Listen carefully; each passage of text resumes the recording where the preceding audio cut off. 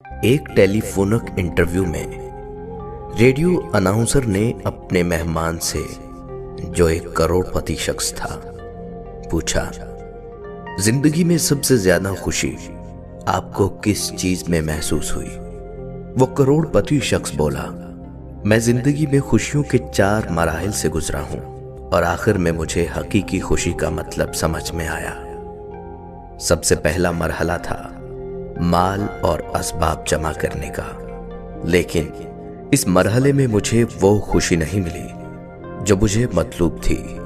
پھر دوسرا مرحلہ آیا قیمتی سامان اور اشیاء جمع کرنے کا، لیکن مجھے محسوس ہوا کہ اس چیز کا اثر بھی وقتی ہے اور قیمتی چیزوں کی چمک بھی زیادہ دیر تک برقرار نہیں رہتی۔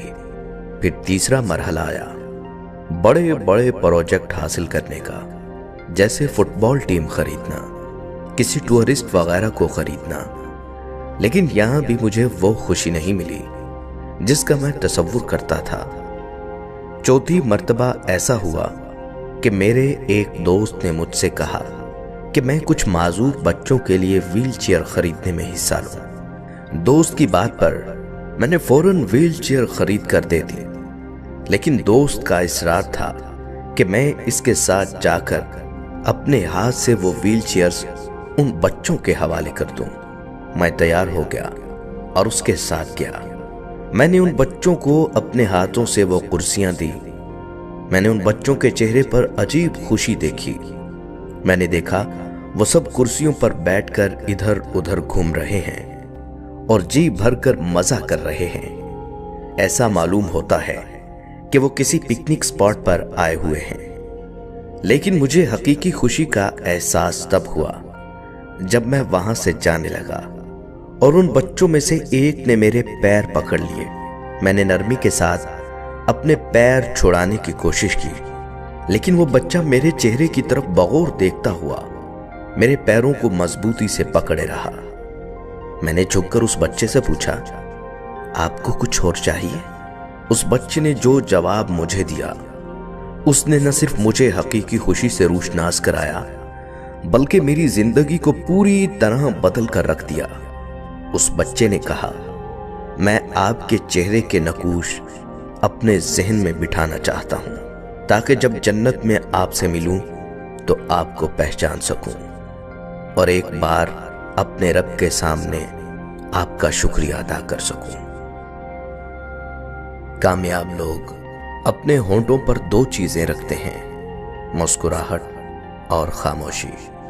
مسکراہٹ مسئلے کے حل کے لیے اور خاموشی مسئلوں سے دور رہنے کے لیے۔ اگر تم عظمت کی بلندیوں کو چھونا چاہتے ہو تو اپنے دل میں انسانیت کے لیے نفرت کی بجائے محبت آباد کرو۔ مذہب میں سے انسانیت اور خدمت نکال دی جائے تو صرف عبادت رہ جاتی ہے، اور محض عبادت کے لیے پروردگار کے پاس فرشتوں کی کوئی کمی نہیں۔ ایک دانشور سے پوچھا گیا، غصہ کیا ہے؟ خوبصورت جواب ملا کہ کسی کی غلطی کی سزا خود کو دینا۔ لوگوں کے دلوں میں اپنا مقام اس طرح بنا لو کہ مر جاؤ تو تمہارے لیے روئیں اور زندہ رہو تو تم سے ملنا پسند کریں۔ کسی نے کیا خوب کہا ہے، میں نے لوگوں کو مذہب کے لیے لڑتے دیکھا ہے، لوگوں کو مذہب کے لیے حمایت کرتے دیکھا ہے، لوگوں کو مذہب کے لیے مخالفت کرتے دیکھا ہے، یہاں تک کہ لوگوں کو مذہب کے لیے مرتے دیکھا ہے، لیکن لوگوں کو مذہب کے مطابق زندگی گزارتے نہیں دیکھا۔ دنیا کی ساری چیزیں ٹھوکر لگنے سے ٹوٹ جاتی ہیں، مگر صرف انسان وہ چیز ہے جو ٹھوکر لگنے کے بعد بنتا ہے۔ کوئی بڑا کام صرف وہ شخص کرتا ہے جو اپنے آپ کو چھوٹا کام کرنے پر راضی کر لے۔ لوگ مسجد کو دلہن بناتے رہے اور مفلس کی بیٹی کنواری رہ گئی۔ غلطی تسلیم کرنے اور گناہ چھوڑنے میں کبھی دیر نہ کرنا،